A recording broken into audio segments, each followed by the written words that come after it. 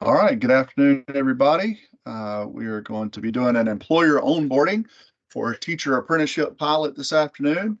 Our teacher apprenticeship pilot, of course, is just like every other registered apprenticeship in the state of Alabama, driven by employer demand.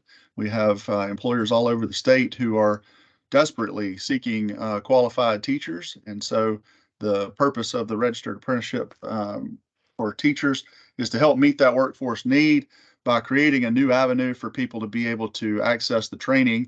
Particularly, this avenue focuses on working adults. If you haven't seen all of the previous information about why and how we're doing this, then there are recorded webinars on the landing page at alapprentice.org/teacher, and you can go and get more of the backstory there. This initiative, of course, was driven by an executive order from Governor Ivey, who directed us all to get together and figure out how we could be one of the programs creating teacher apprenticeships. This is a wave that's going across the country. We feel like that the model we're doing is, of course, the best model that's going to be out there. So today we're going to talk specifically about the employer aspect and the interrelationship between the sponsor, which is in this case Jack State, and the employers. So without further ado, want to do first a little bit of a high-level recap of what is a registered apprenticeship program. I like to make sure everybody's on the same page about these things. Every registered apprenticeship program has these 5 components. If it doesn't have these 5 things, it's not a registered apprenticeship. It's not even an apprenticeship, despite what anybody may call it. So the first characteristic of a registered apprenticeship program is involvement.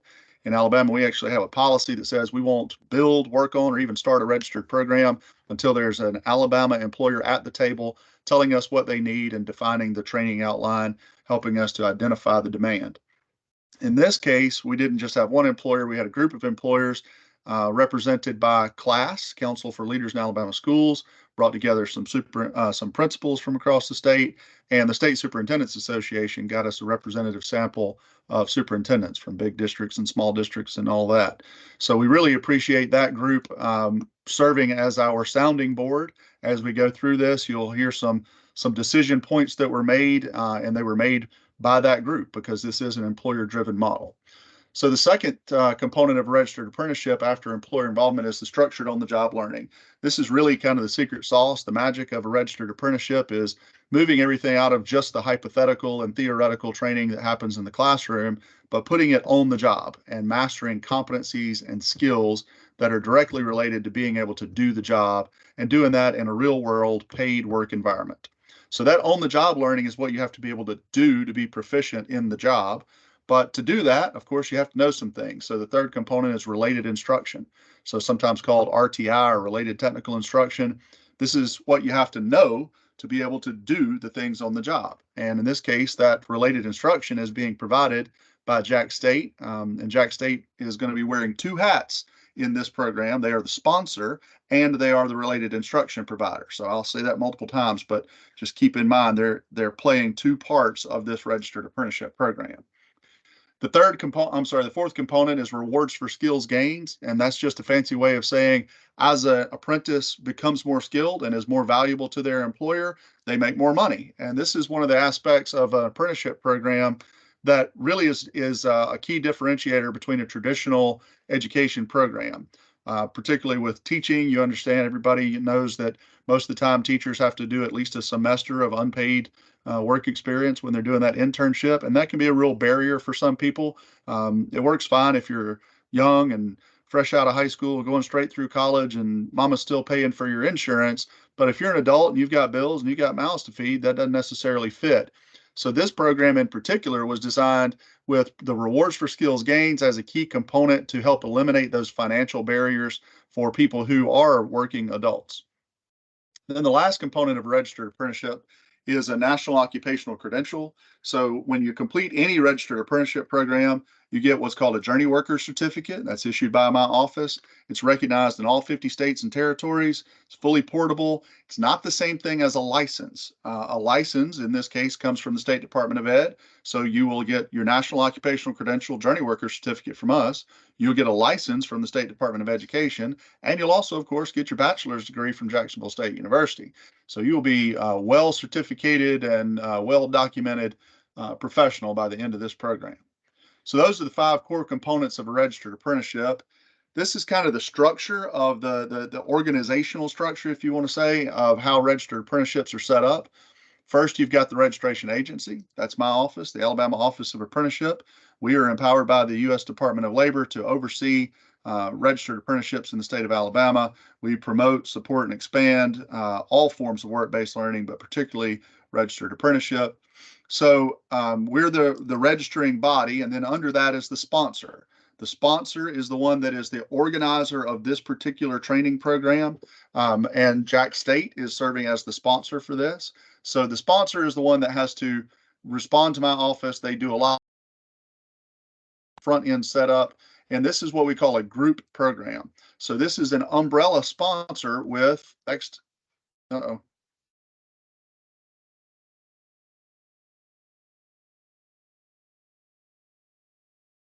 Sorry, I think my internet blinked out there for a second.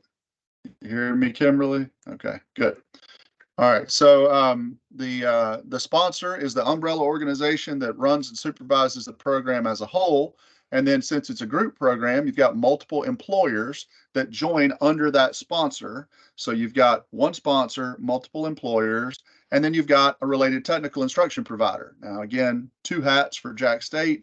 Jack State is the sponsor of this one, and they're also the related technical instruction provider. So they're responsible for providing the relevant coursework and making sure that the person is on track and leading towards their bachelor's degree so they can become a fully certified teacher.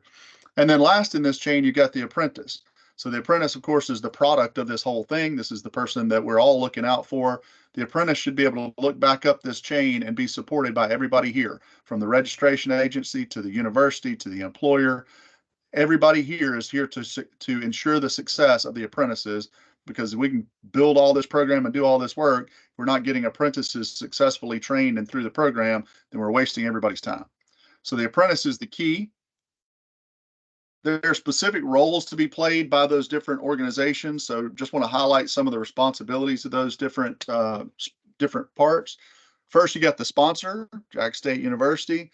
One of their things they have to do is ensure that the employer and the related instruction provider, also Jack State University, are doing everything that they need to do to run this apprenticeship program. I highlight the word ensure there because there are things that the sponsor has to either do or make sure is getting done. It doesn't mean that Jack State has to do every single part of this. Some of the things the employer is going to do, but Jack State as the sponsor has to make sure they're getting done. An easy example would be anti-harassment training. All right, so everybody who's going to be in contact with the apprentices, journey workers, supervisors, all of that has to have anti-harassment training. Jack State doesn't necessarily have to do the anti-harassment training. If the employer's already doing it, fine. Then Jack State just gets documentation that the employer is providing anti-harassment training. So that's what I mean, the difference between ensuring that it's getting done versus doing it all themselves. This is a partnership between the sponsor and their employers who have joined under their program. So Josh, the sponsor also, yes, ma'am. I'm sorry, I have a question, and please forgive me if it's covered, and my expert Christy Calhoun knows everything. But do we or will we have a list of all of those things that we need to ensure are being covered, like that harassment training, which may not have been on our radar? You do have a list already, but Okay. but I can get you that. Christy has it, and we've gone through it. But we're also about to go through it in the standards documents. Okay, if Christy has it, I'm covered. Yeah. So one of the responsibilities, of course, is just maintaining records. So this is like, communication with my office about who is an apprentice and which employers are participating, that kind of thing. Ensuring the periodic evaluations of apprentices are happening. We're going to talk several times about this, but one of the requirements is that periodic evaluations are occurring. The Code of Federal Regs doesn't define what periodic means. Could be every 4 weeks, could be every 6 weeks, every semester, whatever the employer and the sponsor work out that makes sense to be supportive of. We need to keep up with that apprentice and make sure they're on the ball. As employers, being in this case K-12 school systems, the employers are used to this anyway. I mean, kind of think of it in the terms of just like you do for your students, progress reports and report cards and check-ins and all of that. The sponsor is also responsible for evaluating prior credit, which they would look at transcripts and see if people have courses that can be counted ahead of time. assigning the EEO responsibilities. Again, the sponsor doesn't do everything related to EEO, but they have to make sure that somebody is doing it. So who's going to be the point of contact at the local school system as the employer? Who's the contact, at Jack State, making sure that all the EEO requirements are covered. They also can handle complaints. So if there's an apprentice who says, I'm just not getting the training that I should be doing, or I'm not getting to participate, I'm being basically told just kind of sit in the corner and watch. We always, as employers, I know sometimes you worry about, people going outside the chain of command. We always counsel apprentices, go through your typical chain of command, talk to your local supervisor, talk to your principal, all of that, just like any other employee would, because apprentices are employees. So they follow that chain of command. But sometimes there's something wrong with the overall outline of the training program or something like that, and it's necessary to involve the sponsor. They can come in and act as an intermediary maybe, or help to resolve some scheduling challenge or whatever it is. And of course, the sponsor, as I already said, is responsible for reporting to my office. The related instruction provider, in this case, now still Jack State, different hat, related instruction provider has to do exactly what you would think, provide related instruction. So they teach the classes. You have to make sure that the safety is being taught as part of those classes. They have to track and report on the coursework that's being done. That's just your standard transcripting and all that university already does. Maintain qualified instructors, again, a thing that the university already does. Then the third part here is the employer. So the employer is responsible. They've got the number one priority responsibility for providing that on-the-job learning. So they're going to be assigning a journey worker that is qualified and capable of training this apprentice. They're going to make sure that the on-the-job learning is getting done in the classroom the way it's supposed to be getting done. They're going to be looking out for safety and anti-harassment on the job. They're going to be assigning mentors. This is a good place to point out. You'll sometimes hear us talking about mentors and journey workers. Those are the same people. In regular education training programs, we use the word mentors a lot, but in apprenticeship language, a mentor is known as a journey worker. We are going to stick to try to using journey worker as much as possible so we can distinguish these particular mentors from other mentors in other types of, teacher support roles. So journey worker, mentor is the same thing in the language of apprenticeship. There is a journey worker ratio, and the employer is responsible for enforcing that and making sure that the ratio is always maintained. All that means is, in this case, it's 1-to-1, so one apprentice to one journey worker. You can't have 2 or 3 apprentices in the classrooms being taught by one journey worker. So it's a 1-to-1 ratio. Of course, the employer is responsible for paying the wages, but is also responsible for making sure that the apprentices are at their correct wage schedule, and we'll look at the detailed wage schedule. And then they are responsible for tracking and reporting the on-the-job learning. There's an app for that. I'll show it to you at the end. It's pretty straightforward. But those are the primary roles of the employer in this program. So we're going to look at a bunch of documents here next, but I want to kind of give you the mental map of how these documents lay out. The first document is the standards. That's a big overarching document that establishes Jack State University as a sponsor of apprenticeship, just in general. So they can, by having a set of standards, they can sponsor apprenticeship programs. We're specifically talking about teachers today, but they could down the line add anything else that they teach, nurses or whatever else employers need that they also teach. So the standards define Jack State as a sponsor, and then there's a document called an Appendix A, also known as a work process. So if you hear us say the App A, so-and-so, App A and work process, interchangeable, that defines the training outline for a certain occupation. So right now, Jack State is already set up and ready to do high school teachers, but also we're adding, and probably will be within the day, adding an option for elementary teachers. So those are separate App A's because they have different training outlines, right? They may have the same competencies in this case, but it's different coursework. So you have one App A for high school teachers, and you have another one for elementary teachers. Then the next document is what we call an App D. That's an employer acceptance agreement. So that's where the employer has reviewed what Jack State said they would do in the standards, and they've reviewed what Jack State has laid out for this work process about the on-the-job learning and the coursework, and they have looked at their obligations and said, yes, we want to sign on to this. Most of the employers, by the time you get to this video, will have already done an employer acceptance agreement. If you haven't, do that immediately, That's what you have to do as an employer to join the program with Jack State. It doesn't commit you to have apprentices, but if you haven't done it, you can't have apprentices. So go ahead and complete one of those employer acceptance agreements if you haven't already done that. We'll show you one and show you how to do that in a moment. Then the very last document is called an apprentice agreement, apprenticeship agreement. This is the document the apprentice signs. It's always frequently called a 671. There's multiple names for all this stuff, but it's Form 671. So the 671 is where the apprentice says, all right, I've reviewed what the sponsor said they would do in the standards. I've looked at the training outline defined in the work process, App A. I've looked at what the employer's committed to do in the employer acceptance agreement, and I know what I'm expected to do. So now I'm signing on to this program. So that's kind of the flow of how these documents work. Each one is looking back upstream and agreeing to follow the thing before them. So standards, then App A, then App D, then App B. I don't know why they're not in alphabetical order. Don't ask me. But now we're going to jump out and look at some very specific documents to this program.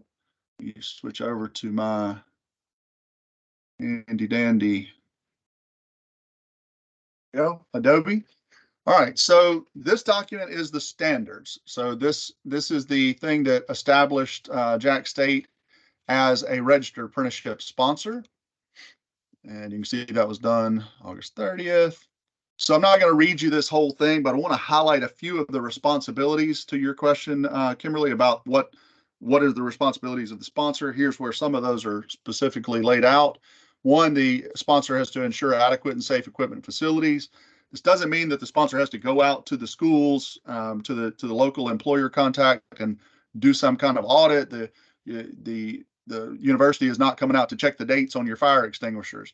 This just means that they have to be sure that the apprentices are being trained in a safe environment. If they get complaints from apprentices about, hey, they're making me teach classes on the roof, then they need to look into that. And if anything comes up, and this is a place to point this out, if there's ever a point where the employer is not meeting the standards or not adhering to, let's just say their apprentices are in an unsafe spot, or they're not being assigned to qualified journey workers or anything like that, the sponsor doesn't have any real enforcement authority or punitive thing that they can do, except saying to that employer, hey, you're not assigning them to qualified journey workers, so I can't send you apprentices anymore. So you can't be a part of my group program if you can't provide qualified journey workers.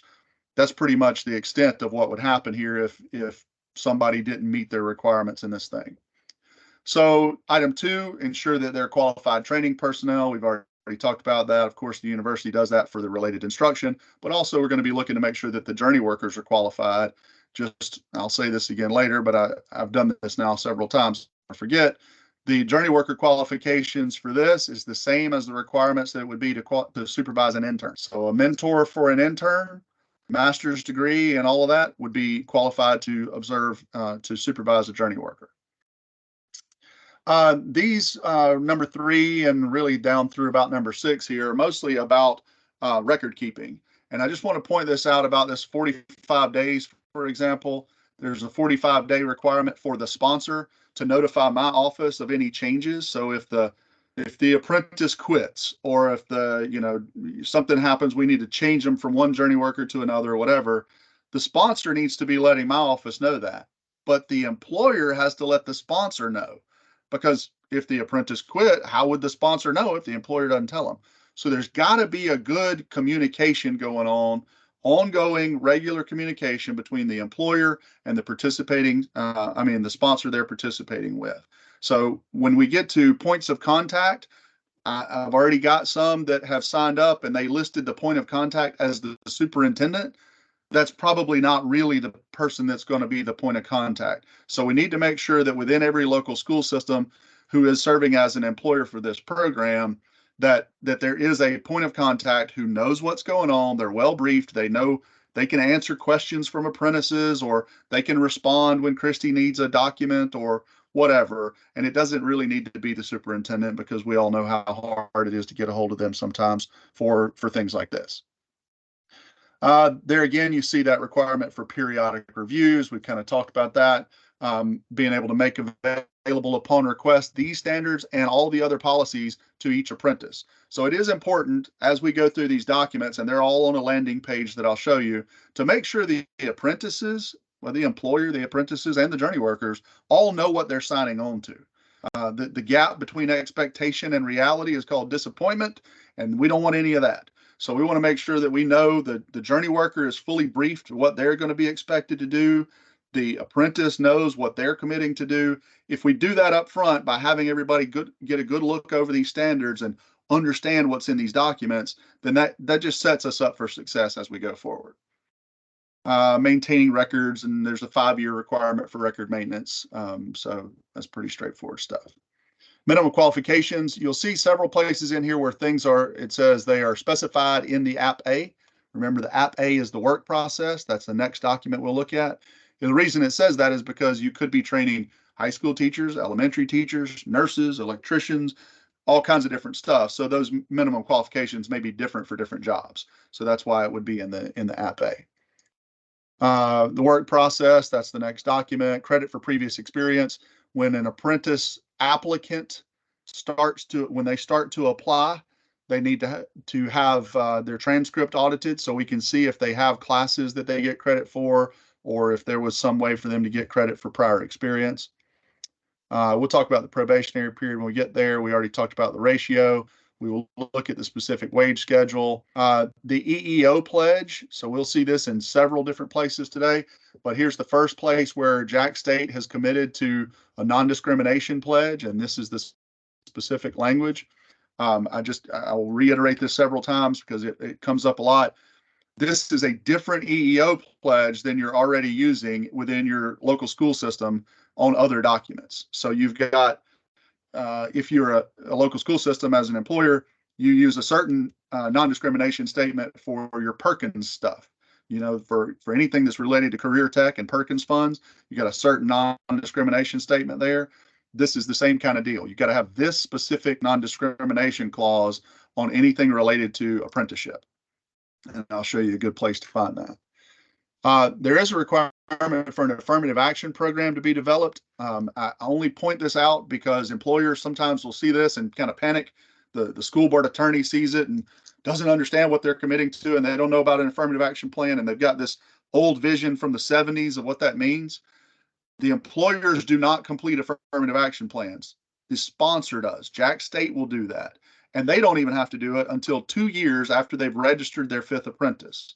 So nobody needs to get worked up or worried about this. What an affirmative action plan now is really about is a recruitment plan to make sure that we're equitably recruiting and giving good access. But Jack State handles that. The employers don't have to worry about that. You probably won't even know when it's going on. But my office and Jack State will take care of that. So whenever some school board attorney sees this and starts panicking, just give them my phone number and I can walk them through it and generally calm them down. The selection procedures are another thing that are identified in the App A. We'll go through there. There are some specific complaint procedures. One, general complaints, go back to what I was saying about the apprentice says, hey, they're not letting me teach any classes. I'm just having to sit there and watch the whole time. If they try to resolve that locally and can't, then they can contact the sponsor. In this case, Christie's information is listed there. If there's a complaint regarding discrimination, so let me just first dispel a myth. A lot of times people think that by joining an apprentice or hiring an apprentice to this program, that somehow they can't fire apprentices. Apprentices are employees. You treat apprentices just like every other employee. If you need to do progressive discipline or anything else, whatever it is, an apprentice is an employee first. And if everybody can get this mindset shift, then this whole thing makes more sense. These are employees that the school system is sending for professional development. That the courses we're doing, that think about it that way, as opposed to these are university students that are coming to the college or coming to the employer for a little bit of on-the-job experience. Through the shift, they're employees for whom we're getting training, not students that we're looking for some experience for. If you do that, then the rest of this stuff makes logical sense. So the reason I mention that is apprentices don't gain or lose any employment rights compared to any other employee. One place they do gain a right is to make a complaint regarding discrimination straight to my office. So if they had a problem and they thought it was somehow discrimination related, they could follow their chain of command. That's what we always counsel them to do. But if the problem was within their chain of command, or they thought it was, they don't have to go through that. They can come straight to my office. If they do, there's a federally defined process that we use for handling EEO complaints. My office can look into it, or we can pass it on to the EEO office in Birmingham. But that's the biggest part to take away from that is one of the few times where an apprentice has any additional rights above and beyond a standard employee. There's Meredith, who's on this call. Meredith's contact information for my office if you have specific questions about this, reciprocity, and then it gets into the other documents. So let's jump now. That's the standards. That defines the Jacksonville State University as an apprenticeship sponsor. So under that sponsorship, then you've got specific occupations. So we're going to look at the one today for high school teachers because that one's complete, but know that there will be another one of these coming very soon for elementary teachers. So work process, App A for Jacksonville State University, and we'll scroll down here. It lays out some of the core components, right? So this is secondary teacher, except special and career technical education. And this is a national program. It's competency-based. So competency-based means that we're measuring those on-the-job learning components through the journey worker evaluating when the person can do it, right? They say, yep, you're proficient, you're capable of doing this, as opposed to a time-based model where you just have to clock a certain number of hours doing those things. So those competencies, it happens that there are 96 competencies in this particular program, and we'll look at those in a minute. And you see here it says supplemented by not less than 1,000 hours. We kept that general because every apprentice is going to have their transcript evaluated, and each apprentice may be a little bit different. Some have more classes under their belt than others. So that's a ballpark number, not less than 1,000 hours. There's that ratio again that we talked about, one apprentice to one journey worker. Here's the first time we see a wage scale related to this occupation. So you see here that the wage scale is identified as being year one, the apprentice will make 65% of the standard teacher pay as defined by the State Department. And in order to move from that year one 65% to the 85% in year two, here's what they have to do. They have to demonstrate fundamentals in all the competencies, and they must successfully complete the coursework prescribed by their institution through the end of the spring semester, thus remaining on track for graduation. So again, each apprentice is going to have their transcript evaluated to see what classes do you need, how long is it going to take you to complete, are you within 2 years of completion, and all that. And they'll essentially have I guess what amounts almost to an IEP laid out for them. These are your specific courses. Here's what you need to take on time. To move from year one to year two, they have to have passed the courses at the appropriate level and be on track for graduation. So if they do those two things, they meet those requirements, they move in year two to 85% of the teacher salary. And to get from 85% to completion, they have to demonstrate proficiency. So note the difference. Demonstrate fundamentals up here, demonstrate proficiency here in all of the competencies, complete all the required related instruction, so graduate, and then also obtain a professional educator certificate. So apply for and receive a regular Class B teaching certificate. When they do that, they complete their program, and they'll make a regular teacher pay 100% of the money. The next section here talks about a probationary period. This 6-month probationary period is not about their employment. This is about them being in a probationary period as an apprentice. So let's say that you put a person into the apprenticeship program, the employer selects an aide that wanted to be a teacher, and they qualified, and we put them in. And within the first few months, it turns out, no, they can't do it, or they don't want to do it, or they have to move, or, something changes and they're not going to be in the apprenticeship program.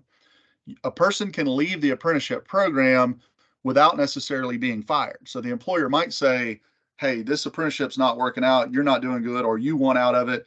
We're going to roll you out of that and put you into this other job, put you back to being a parapro, or make you a school secretary, or whatever it is. The only thing this 6 months applies to is the status as an apprentice.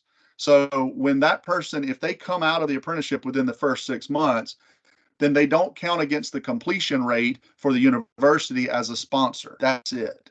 It's nothing to do with them being a probationary employee. I just want to highlight that because this sometimes confuses employers. This is only about the apprenticeship program, and really all it's about is calculating the completion rate for the sponsor. Yes, Christy. So if a student decides or an employer decides that within that 6 months they are coming out, what does that look like for refund fees and things? We still follow the JSU policy for that? Refund of like Of course. tuition? Yeah, I mean, if they dropped out soon enough that they could do a withdrawal and be refunded, then whoever paid for the classes could be refunded. The employer is the one footing the bill for the classes. So yeah, Right. you could refund those back to them. Okay, I just But wanted to see if there was any overriding requirement for that. Thank you. no, no, it should follow the standard protocol. But that's not going to happen. Nobody's going to drop out of the program. Everybody's going to complete, and it's going to be wonderfully successful. All right. Exactly. So the minimum qualifications then are laid out here. These are pretty basic. One, you got to be 18 to get into this program. But here's really the biggest minimum qualification for this program. You've got to have sufficient, transferable, acceptable college credit hours to be within 2 academic years of getting your bachelor's degree in the teacher ed program. So this is why that transcript evaluation is so critically important right up front to tell somebody if they are within 2 academic years. So the idea here, and this is why this target audience is for teachers' aides, parapros, other employees within the school system. We're looking for those people who have been going to school on their own dime and their own time, or maybe they started and didn't finish. We're looking for those people that just need help completing this apprenticeship program. So they got to have credit to be within 2 academic years of getting their bachelor's degree. And then the second thing is they've got to be eligible to enroll in the teacher prep program at Jack State. So there are minimum GPA requirements. There are other things you have to do to apply to get into the teacher ed program. I might have a whole bunch of college credit that is acceptable as far as being the right classes, but I may have made a 2.0 GPA the whole time, and I can't meet the requirement to get into the program. So it's a dual requirement. You've got enough credit and you can get into the program. And we'll show you on the landing page where to go to connect to that. Physical requirements are just basic, straightforward stuff. You got to be able to do the job safely with or without reasonable accommodations.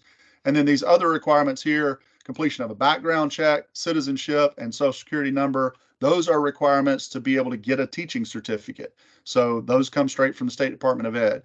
So that's the minimum qualifications part that is important for becoming an apprentice in this teacher ed program. The selection procedures in this section are about if you are hiring off the street. We are not hiring off the street for this program. This is one of the places where we worked with the superintendents and principals and talked about this at the very beginning. We're investing a lot of state dollars and we're investing a lot of potentially local dollars in helping these people become teachers. We're not looking to gamble those dollars. And so we want people who are employees already. Now, I've said a lot of times about, as we talked about this, I've said parapros and teachers' aides, that's our primary audience. That's who we're looking for. But the question came up, well, what about a school secretary or a bookkeeper or somebody like that who meets these qualifications and wants to be a teacher? Yes, those people can also get into the apprenticeship program. You don't have to necessarily have been an aide. You could be some other kind of support person. So we are not even really paying attention to what's in section 2 because section 3 is what applies for you in this particular apprenticeship program. Every employee is going to be direct entry, meaning they're an incumbent worker or somebody that already works for that school system. So this is a real high-level overview of the application process for an incumbent worker. They're going to provide the related technical instructor is going to evaluate the employee's transcript, and then the employer is going to decide, is this somebody I want, and if I can give them any credit for on-the-job learning. And then the sponsor, also Jack State, is going to evaluate the application, make sure they meet all the minimum qualifications. We're going to go into detail in that application process, but that's just the ultra boiled down version of that.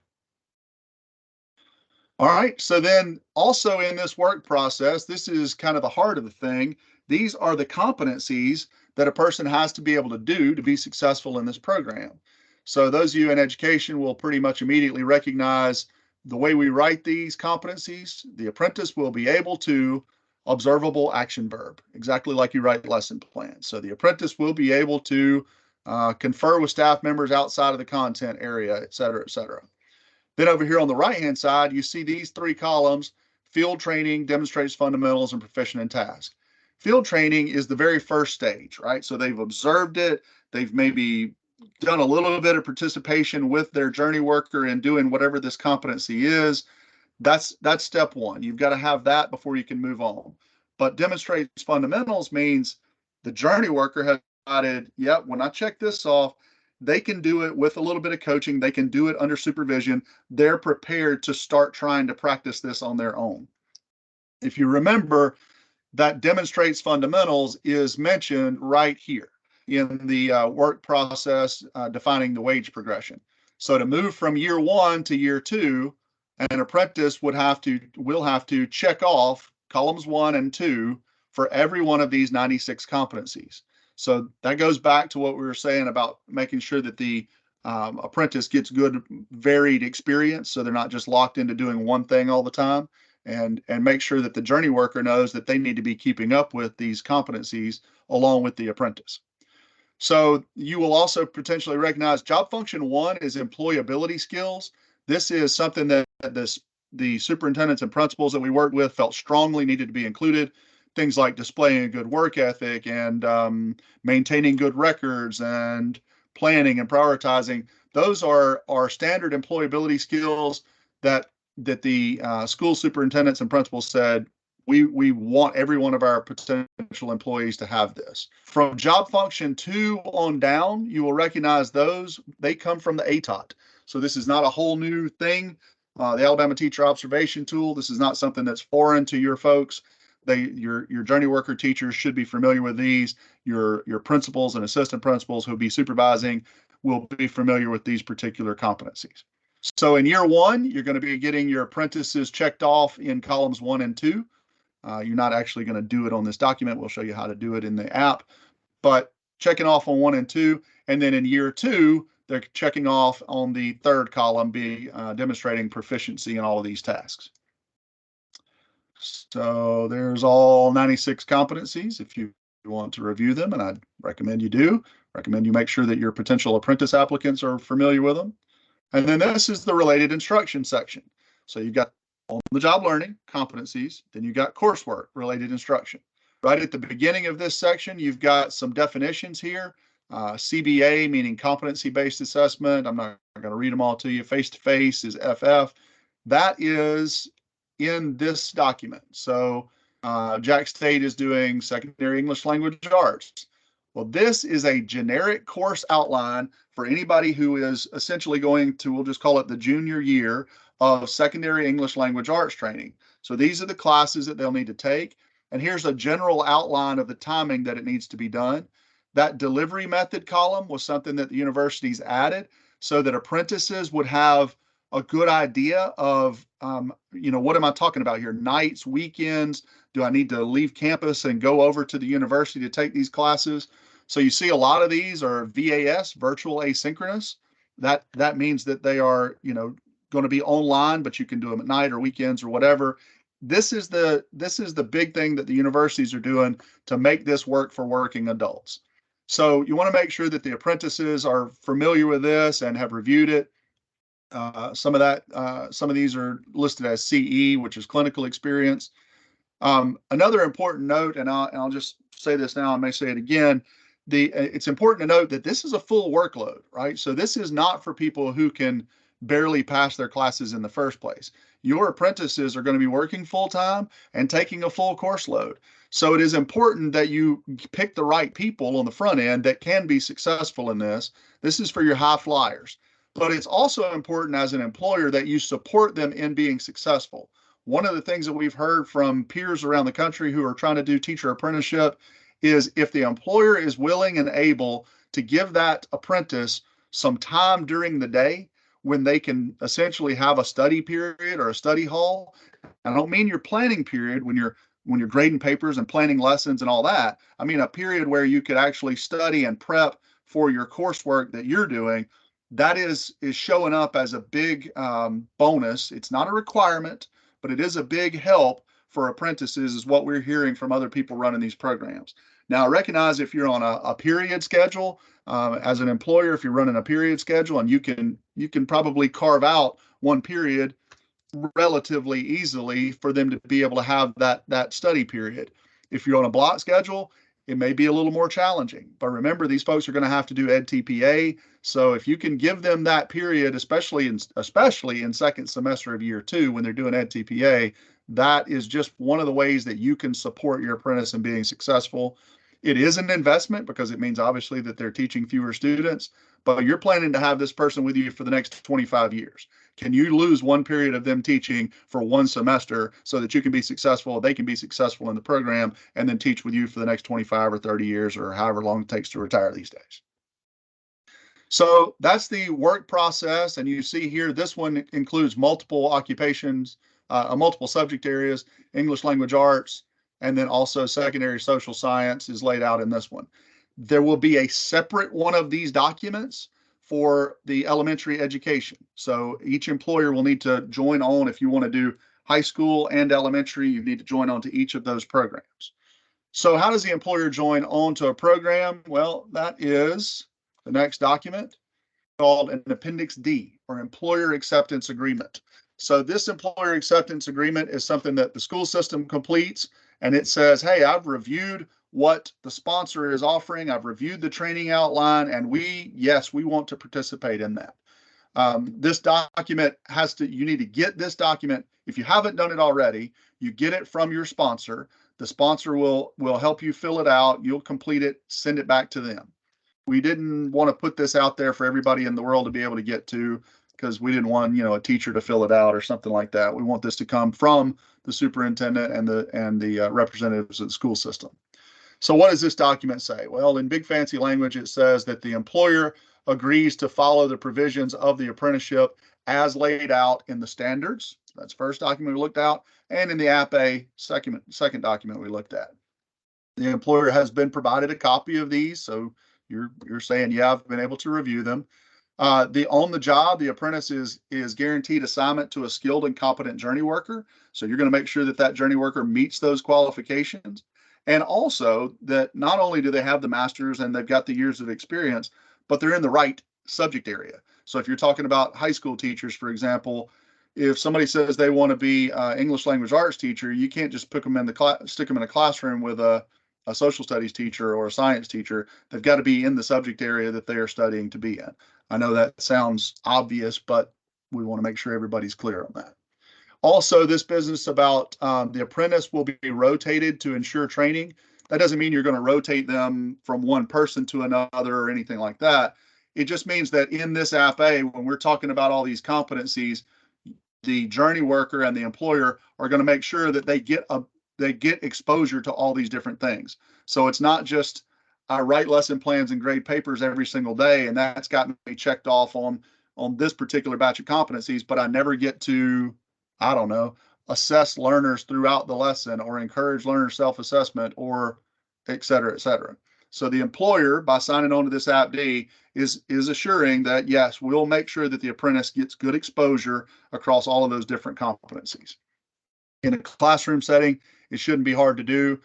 This will be part of the training we provide the journey worker to make sure that they are aware of the different competencies and they're keeping an eye on, well, the apprentice is good to go in this. I need to make sure and transfer them, get them some opportunity to do this other thing. The employer is also agreeing to follow all of the other policies of the Alabama Office of Apprenticeship, specifically including the living wage requirement, which this program easily beats the living wage requirement.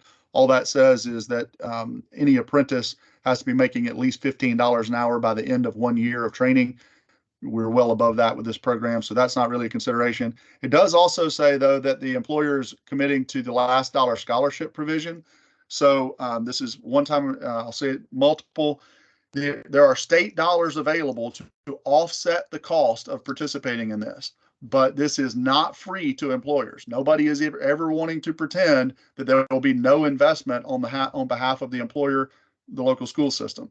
So you get the $40,000 in year one if you get that from the state to help offset these costs, but that may not be enough to cover the journey worker stipend, the tuition, and the wages for the apprentice or the fringe benefits or whatever. There will be some costs that the school system needs to pick up out of local funds. Now, if you need a number for that, then you need to just start doing a little calculation.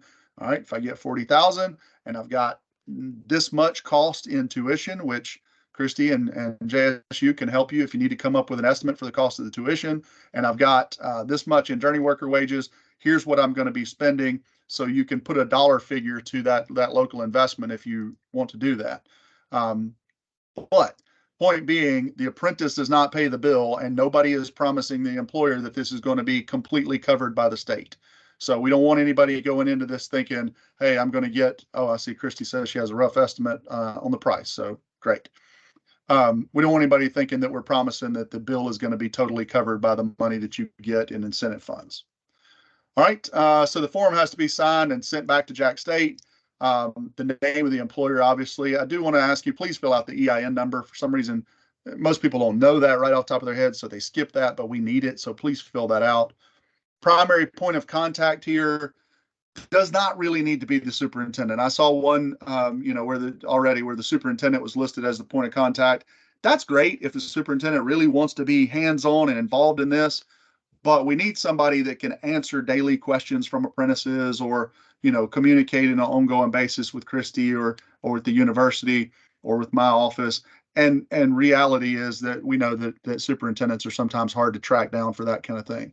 So you can have somebody, it's up to the employer who you want it to be, an instructional coach of yours or your secondary curriculum coordinator or whoever you want needs to be briefed on all of this, and they need to be your primary point of contact. So if my office needs to call, we're going to call whoever's listed here. The total number of journey workers is something that you need to fill out on this. Don't go do a big research study on it. It's not that deep. The total number of journey workers, give us a good ballpark for how many people you think would be qualified to supervise apprentices. The only time this will ever really matter is if you were to have more apprentices than you had journey workers, and we're a pretty good ways from that. So give us a good ballpark number and just keep it moving. All right, the progressive wage schedule. Now you'll notice here that this wage schedule is more specific than what we were looking at back over here in the App A. In the work process, it just has percentages and the progression. In the employer acceptance agreement, it is a specific dollar amount. Now, these pre-populated dollar amounts are based on the current minimum wage schedule or minimum pay schedule from the state. But there are employers who pay, automatically they do a 5% supplement on top of the minimum. That's part of their recruiting efforts, or they do, some particular amount over and above what the state minimums are. This is a point you need to be very careful in your conversations. The wage schedule is unique to each employer. Even if it is the standard wage schedule, that's fine. The employer can have conversations about the wages with the sponsor. The employer can have conversations with the wages about the apprentice. The employer have conversations with us about the wages. But the employers, plural, cannot talk to each other about the wages. That is a violation of antitrust behavior or antitrust laws. It's considered anti-competitive behavior. That's enforced by the U.S. Department of Justice, and they are serious about it. The idea is, well, what if school system A is normally paying that 5% bonus, but within this program, school systems B, C, and D, they don't pay the 5% bonus on top. So they all collude and say, hey, you know what? Let's all just have sometimes called an anti-poaching agreement. Let's all agree that we're going to only pay the state minimum so that we don't steal from each other wage-wise. Well, that's wage suppression, and it's illegal. So one more time, wage discussions can happen between apprentice and employer, between sponsor and employer, between my office and employer, but wage discussions between employers are illegal, hands down. Don't do it. If you're in a group conversation like this and you hear that come up, just go, wait. let's don't talk about that part. We don't need to talk about what each one is paying. Even if you think we're all paying the same thing, don't discuss it. All right, then we get to the obvious part here, the signature. Now, we would like to have the signature here be the superintendent, but it could be a designee if needed. But so down here, superintendent, up here, main point of contact. Once all of that is filled out and completed, you're going to send that to your sponsor. You're going to send that to Christy at Jack State. She'll review it, sign it, send it to me. Once she sends that to me, you're going to get an email from me. Congratulations, you've been joined to the apprenticeship program for Jacksonville State University, and here are your next steps. So the next steps are specific to the funding. So this is a pre-qualification document. Some of you have already done this, but if you're watching this later and you haven't done it yet, you're going to do that App D. When we process it, I will respond to you by email and include this.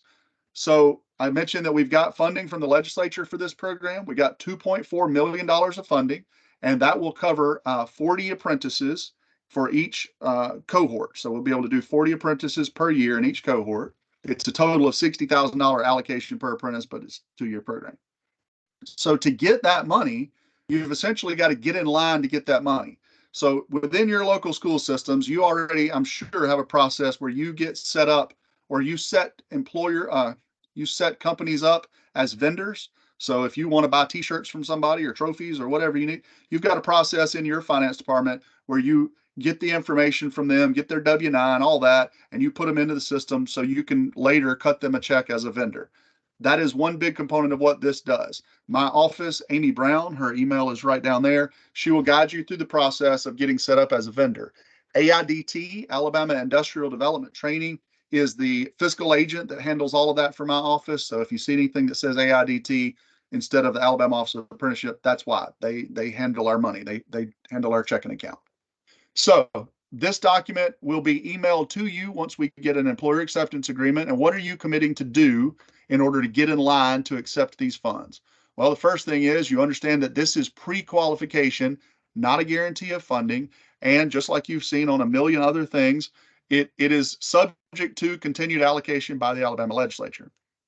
We have every confidence that this will be renewed annually by the legislature. But if it wasn't, if the money's not allocated, then we can't send you the money. So we want to make sure everybody understands that.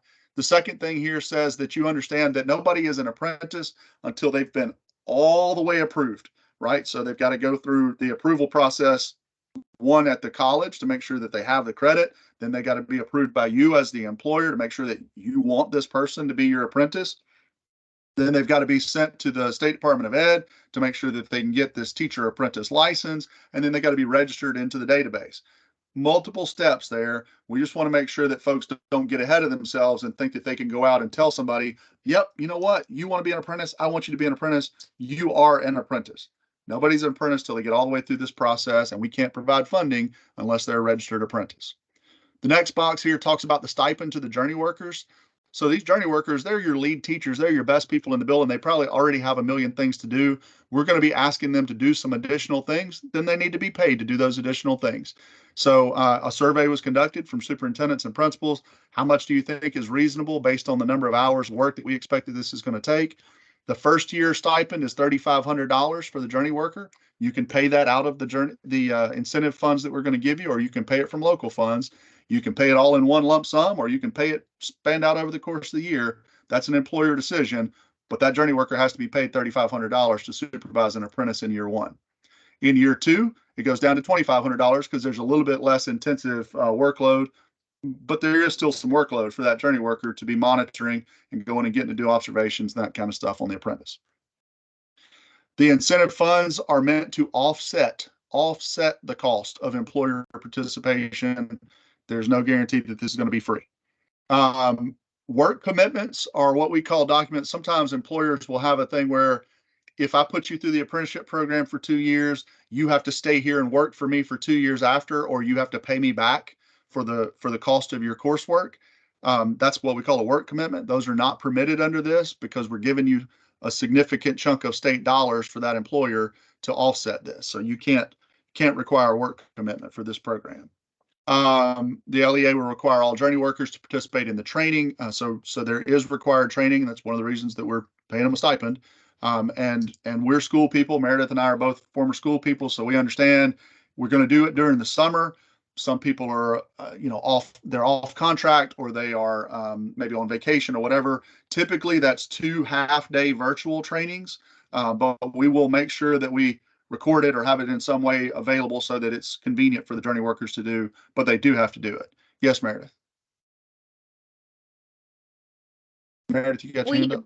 Yes, will you clarify, when you said, that the journey worker is paid a stipend, that's only if they have received this funding, right? Yes, if you decide to fund this completely out of your own dollars locally, we sure do hope you'll pay that journey worker a stipend, but if we don't give you any state money, we can't tell you that you have to do it. And there was one other thing that you just said that only applies if they get the incentive funding, but I can't remember what that thing was. Only applies, well, this work commitment, for example. So Yes, if a local yes, school that was system, it. yeah, if a local school system decided, hey, I qualified for funding, and right here, you're going to tell us if you want 1 or 2 apprentices, because 2 is the upper limit. If we provide you funding for 2 apprentices as a school system, but you decide, hey, I want to get 5 apprentices, I'm going to pay for those other 3 out of local funds. Well, for those, if you did want to require a work commitment, you could. That, I think that may be the other thing you're thinking of, Meredith. But if we're giving you state dollars for them, you can't require a work commitment for them. And then this last thing is just saying that that the school system has at least a good idea that there are people who will be able to participate in the apprenticeship program. Because what we're doing here with this pre-qualification is essentially putting you in line. So there is a time-sensitive component to completing this. You need to complete these as soon as it's sent to you and get it back to us. Work closely with Amy Brown, who's my incentives manager, to get you in line. The idea is when the funds are we're ready to roll out the funds, they're going to come in one lump sum to the employer at the onset in $40,000 single sum. But when we're ready to roll those out, if you don't have any apprentices, then you can't get any funding. And if you don't have any apprentices, then the next person down in line, the funding rolls down to them. So you want to be, as soon as you can, filling this out so that you're early in the line, so that you have the greatest possibility of getting the funding. When we hit number 40 in that list, we're not going to tell you no. We're going to put you onto a waiting list. So we'll keep accepting these. And you may be number 42 or 43 or 45. But if somebody ahead of you doesn't utilize their funding and you've got an apprentice available, then you'll be accessible or available to access that funding. So this does need to be signed by the superintendent specifically, and that is mentioned here on the document. And you're going to send that back to Amy Brown. The instructions are all in here, and Amy will do a good job of leading you through that process. All right. So you've joined with your AppD. You have now submitted your pre-qualification so that you're in line for funding. The next thing you got to do is find some apprentices. So the application process for apprentices, excuse me, is a multi-part application. It starts first with the apprentice. Let me make that a little bigger. Starts with the apprentice first, filling out some of this stuff. The application you will get from the sponsor. So in this case, Jack State. If somebody wants to be an apprentice, then they need to go to Jack State. The contact information is on the page that I'll show you. Say, hey, I'm interested in being an apprentice. Can I get an application? That way they can get some guidance in the process too.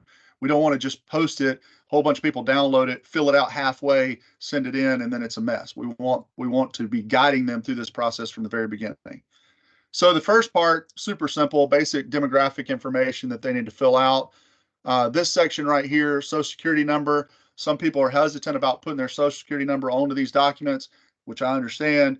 We don't need it for the Office of Apprenticeship, and we don't need it to determine if you can, apply to the program.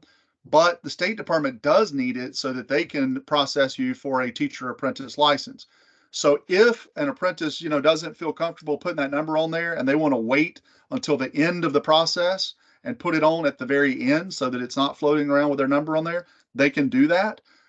But it's got to be on there before it goes to the State Department. So, we need to be very careful. We don't want to send in, we just don't have time to be dealing with partial applications and back and forth. But hey, you didn't include this number, you forgot that document.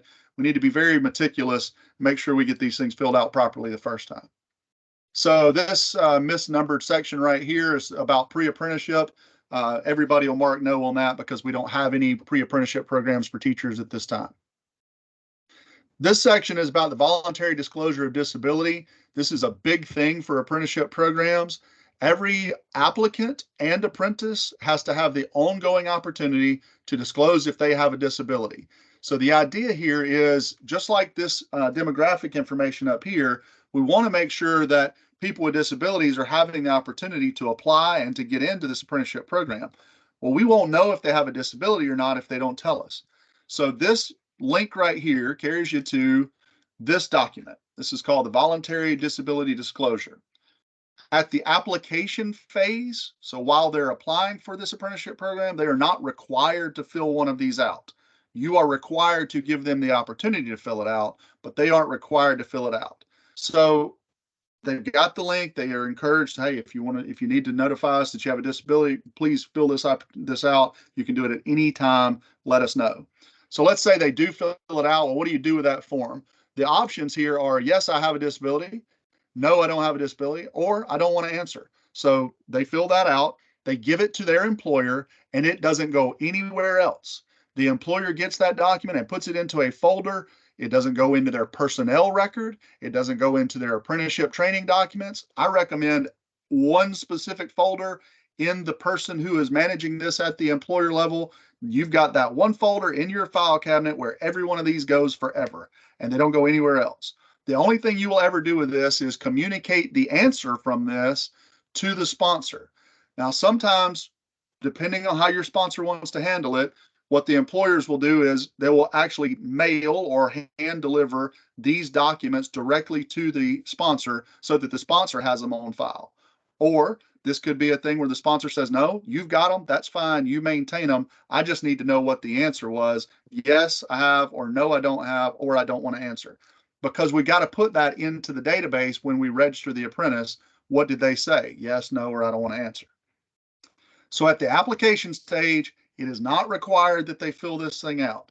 Now, let's skip ahead in time a little bit. Let's assume that they do everything else in this and they do become apprentices. I recommend that the employer make every one of your apprentices fill this out at least one time so that you know, and you've got documentation that they have been told that they have the opportunity to disclose a disability to you in an ongoing fashion. And you say, well, how do you make them fill it out? It's voluntary. It's not voluntary to complete the form. It's voluntary whether you want to answer or not, because you can say yes, no, or I don't want to answer. So you don't have to tell me yes or no, because you've got a third option here. But once they become apprentices, I would make sure, if I was the employer, I would make sure every one of them fills one of these out. So what happens if they say yes on this? If they say, yes, I have a disability, nothing.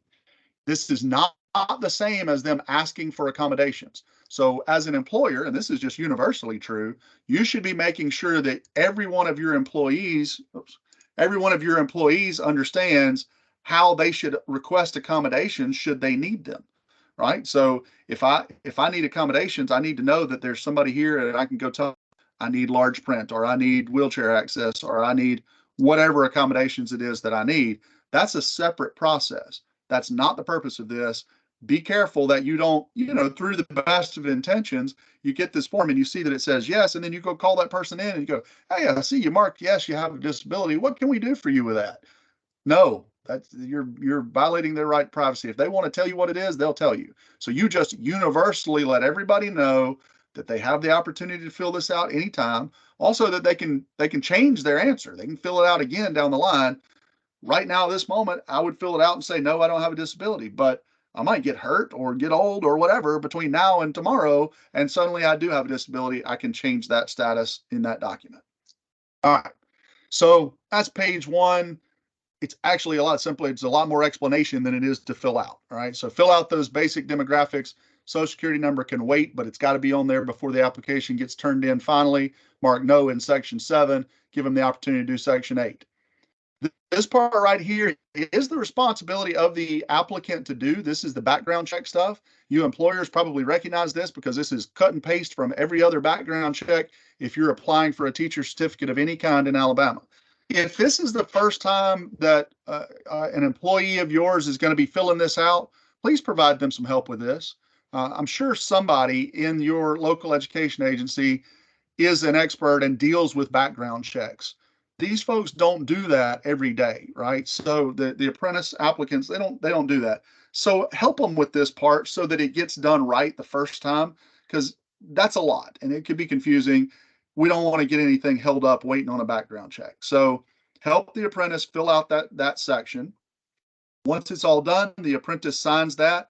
That completes the first section of the apprenticeship application. And now it's going to the RTI provider. Remember, Jack State is both the RTI provider and the sponsor. Right now, this is going to Jack State as the RTI provider. So they're going to be doing, essentially, this section is all about the transcript audit. Now, before a person fills out the application, since they're getting the application from Jack State, if they want to have a conversation with Christy or some of her staff about, hey, here's my unofficial transcript. What do you think? Am I in the right ballpark? Could I do this? You can certainly do that, and we encourage you to do that. Have your applicants have that conversation with the university first. But this is where the official transcript evaluation gets done. So as you see, it says that it's got to be, official transcripts. So name of institution providing it, that's going to be Jack State. This is going to be Christy's information or whoever it is that's evaluating this for her, when it was done, what subject area. Right now, it just says secondary teacher, but as soon as we finish adding elementary, this will become a drop down. So you pick, am I being evaluated for elementary or am I being evaluated for high school? Then the findings of that evaluation, the RTI provider is going to say, yes, they do have sufficient credit and it's transferable and all of that. And yes, they can get into our College of Education. So we've checked their GPA and everything, and they can get in. If an apprentice applicant gets a yes in both boxes, then they get to move forward. If they get a no in either one, then we check this box. They do not have sufficient credit or they're not eligible to get into the teacher prep program. The only thing that we ask at that point is if they are not eligible, that it says here, guidance has been made available to the applicant to become eligible for future applications. So the employers, the superintendents and principals that we were talking to at the very beginning of this, we felt like we don't want to just tell people, no, sorry, you've been turned down. It's not no, it's no right now. So if these are people that want to be teachers, we want them to be teachers. So if they are getting turned down because of something to do with their transcript, what does it need? Give them some guidance. Hey, look, your GPA is too low. You need to take a few of these classes so you can build your GPA up. Or you're, you're missing too many of the core.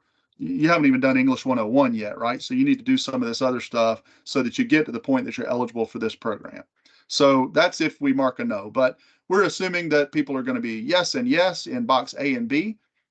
Then the RTI provider, Christy, Jack State, the RTI provider is going to sign here, and that allows this thing to move forward to the next step. There's a big note right here in all caps. If that apprentice applicant has not already done FAFSA, this is the time to do it. They need to get that done as soon as possible so that they can be, if they happen to be eligible for Pell or GI Bill or whatever, all those things go towards offsetting the cost of this apprenticeship program. All right, so we're assuming that they got boxes A and B both checked yes, signed off. Now this goes back from the RTI provider to the employer. So this is the point, and that's a Jack State. That wouldn't say Jack State in the application. It should say, Laney School System or, Phoenix City Schools or whatever it is. So Phoenix City Schools is filling this section out. Who specifically did that evaluation at Phoenix City Schools puts that here. Box 3 is this person, the applicant, currently an employee in good standing. We've already talked about they have to be an incumbent worker. The in good standing part, we leave that to the discretion of the employer. You've been here and you want to be an apprentice, but you've been a problem or whatever, then maybe they're not in good standing. You don't have to recommend them for apprenticeship. Just because somebody applies and meets the qualifications doesn't mean they get to be an apprentice. You as the employer still decide who you want as apprentices. So they got to have a yes in that box to go forward. Then there are several boxes here with asterisks beside them. These do not impact whether they can be an apprentice or not, but it's some information we want to know about where the apprentices are coming from. So how long have they worked there? What's their current job title? Do they work currently with special ed? Are they currently in Title I? What's their grade level responsibility? Again, we've talked about parapros and teachers aides, and they may be in one of these different grade levels. But if it's a school secretary or a bookkeeper or somebody like that, other support personnel, then just mark other and tell us, what that person was doing. All of this is just so that we can kind of get a picture of where the talent pool is, where are people coming from who want to be apprentices. Then this section right here just defines the journey worker. It cites the Alabama Administrative Code section that talks about this is what it takes to be a journey worker. Again, that's the same as the requirements that it takes to supervise interns. So that should be pretty straightforward. Section 9, the LEA has identified a teacher with the appropriate qualifications to serve as the journey worker. So it doesn't say has some teachers, has identified a teacher. You have specifically found a teacher. This person told you back on this page that they want to be a secondary teacher of, I don't know, we'll say biology. Have you identified somebody who is qualified to serve as the journey worker for them in biology? If so, what is that person's name and certificate number?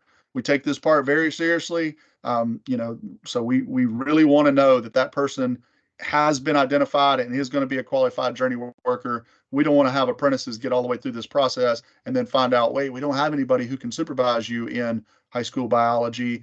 And now it's a big disappointment for everybody. Next, section 11 says that payment has been made for the application. There is no cost to apply to be an apprentice, but there is a cost to apply for the licensure. So that's here. It's a $38 fee to apply for the teacher license, teacher apprentice license that you're going to get.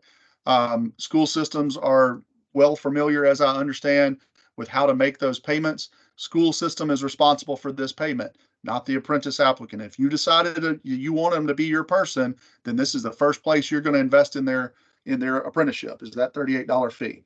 The instructions for how to pay that are here, but I'm told that this is exactly how school systems pay these fees all the time, so it shouldn't be anything too complicated for you as employers. Finally, the signature of the superintendent or their designee indicates that, yes, this is a person that we want, and we reviewed it, and they're good to go. After the superintendent has signed that section, then it says here, the employer is responsible for submitting a complete application to the sponsoring college or university. So this now goes back to Jack State. It was at Jack State first when it got reviewed for the transcript. Now it's going back to Jack State in their role as the sponsor.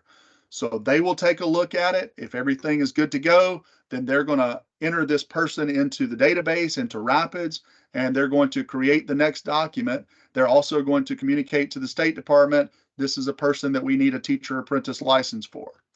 So when all of that happens, the next thing to get created is this. This is called a 671.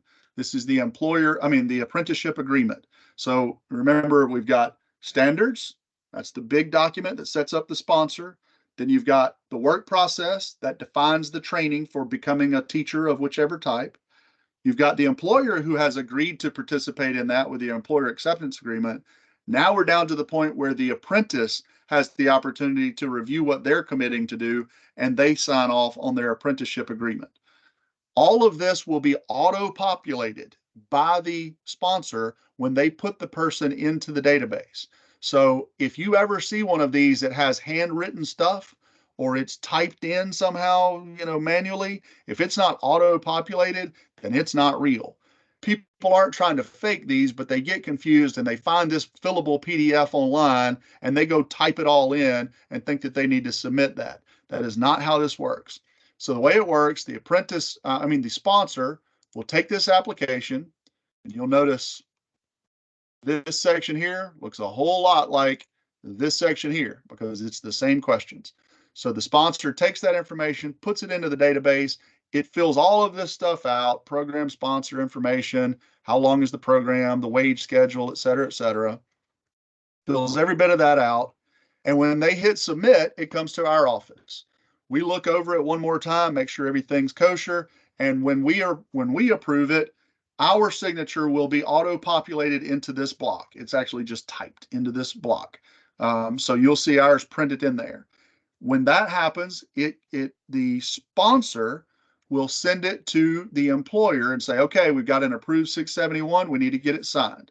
So the apprentice signs, the employer signs, it goes back, the sponsor signs, and it goes into the database. At that point, once we get all the way there and all three of these are signed, that's when that person is a registered apprentice. Everything before that is application process, but right then, that's the date that that person becomes a registered apprentice. So this is a crucial document. Again, I'll just reiterate, the only handwritten part on this whole thing will be those three signatures. Everything else is going to be auto-populated straight out of the database. And then at that point, again, I've already said, if you're an employer and you don't have one of these yet, but you're getting one of these signed, immediately hand them this as well. Here you go. Here's your apprenticeship agreement. Here's your disability disclosure. Fill both of those out, hand them back to me. You want to get one of these from every single person. Ooh, that's a lot of documents, right?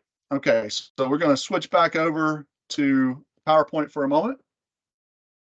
And just a few last reminders here. So if you are publicizing, so now that you're joined on to Jack State's program and you're ready to start finding the people that want to apply, that EEO pledge has got to go on everything that you print, websites, whatever. If it's related to the apprenticeship program, the specific EEO pledge for the apprenticeship program has to be on there.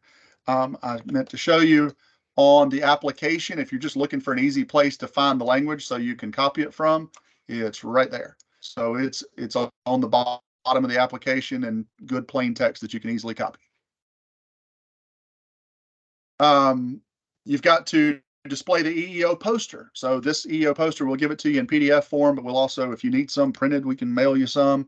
This has got to be put up in a place that is visible and accessible for the apprentice to see. This goes back to that whole thing about the apprentice being able to file a discrimination complaint directly with my office.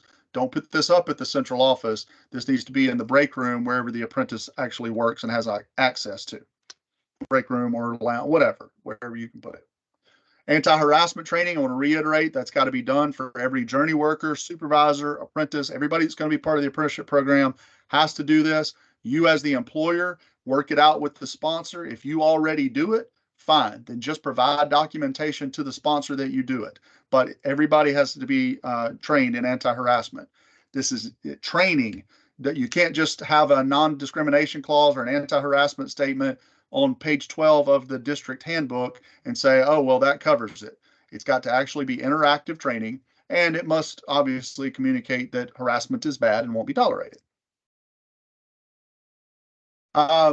Apprentice onboarding, I've already mentioned that we will help conduct this. Meredith and I will set up one big apprentice onboarding so that every apprentice can hear it straight from us. In the long term, you will be doing this as the employer, but we want to kind of model this for you the first time. We'll talk to them about what's in their apprenticeship agreement. We'll do a quick review of the App-A, talk about their responsibilities in tracking their competencies, and again, review the EEO policies and the complaint processes. Those apprentice reviews are critically important to the long-term success of your apprentice. So you employers and sponsors, go ahead and start having that conversation. All right, what do we think we want to do here? Do we want to set it up every month? Do we want to do that as a 20-minute virtual meeting? Do we want to have email chain? It's up to you as the employer and sponsor to make that decision on how you want to do these apprentice reviews, but they're critically important and they have to get done.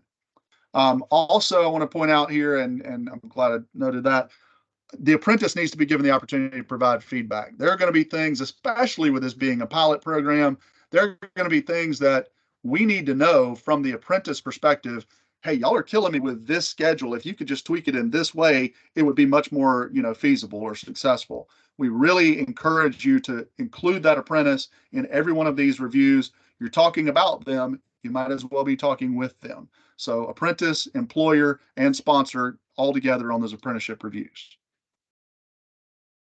I mentioned tracking earlier for the on-the-job learning competencies. We do provide a license to some software called WorkHands. We'll get that all set up for you. What it essentially does is puts what's in the work process, those competencies and courses, it puts them into an app. The apprentice will have that on their phone, and as they work on specific competencies, they check them off and they say, hey, today or this week or this month, however often that periodic review is, I worked on this competency and this competency and this.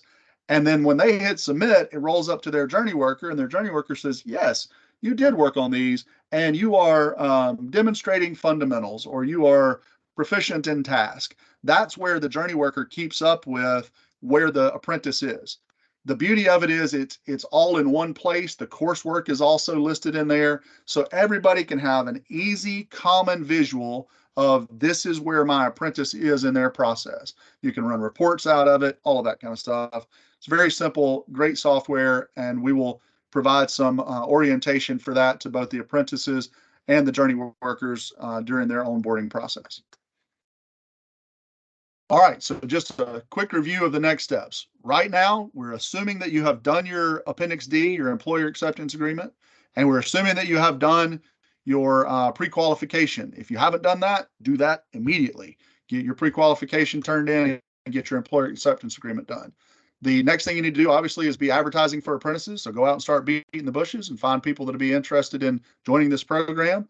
You need to then assist those candidates in submitting their applications, particularly that part about the background check and all that. Help them with that so we get it right the first time.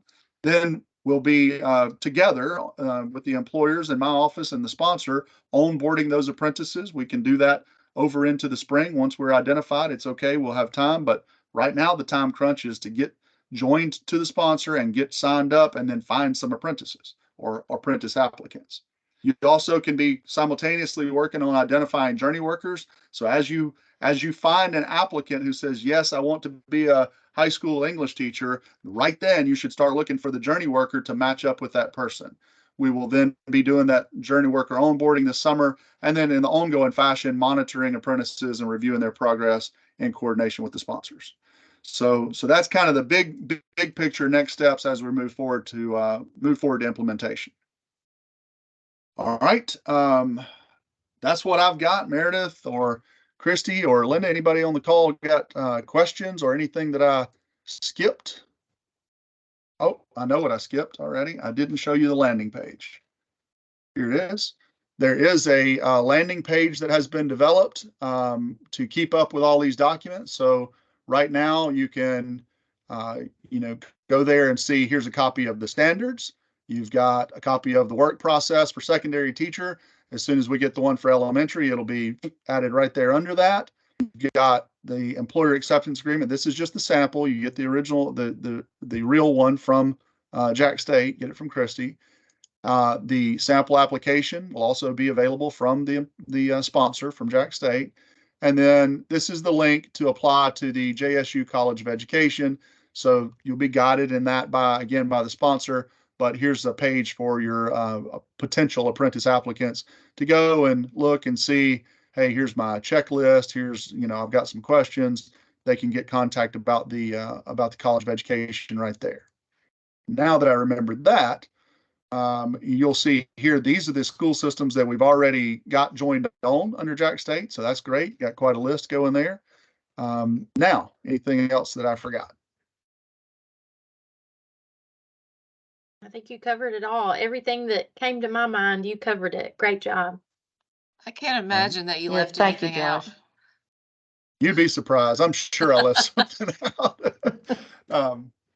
Okay, well, if you think of anything, of course, reach out and let us know. And we will be, as soon as this video processes, we'll get it uploaded. It'll be right here on this page as well as a resource. So if you need to go back and refer to it, you certainly can. Or if you need to share this with, your peers or other employers who are interested in joining, then they can certainly go and watch it as well. Thank you, Josh. It's Right. been really helpful. Excellent. All right, well, I'm going to end our